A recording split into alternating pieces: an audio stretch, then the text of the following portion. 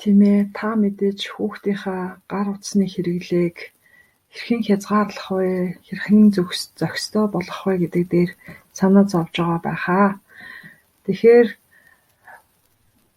бүр хязгаарлах нь бол зөв арга зам биш гэж бодож байна. Аль болох гар утас болон медиа технологиг сургалтанд ашиглах талыг нь зөв хослуулбал үр дүнтэй болов уу гэж бодож байна. Тийм учраас дараах боломжуудыг та бүхэнтэй хуваалцаж байна.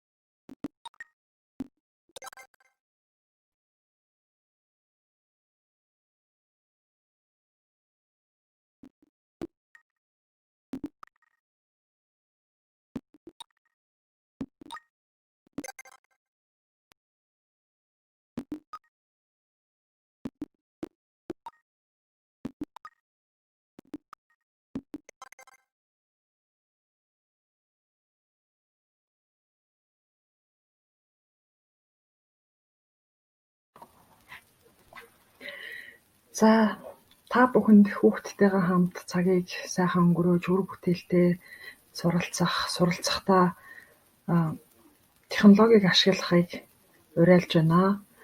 Зөв зохистой хэрэглээг багаасаа зохицуулж сурах нь маш том чадвар гэдгийг анхаараарай. Амжилт хүсье.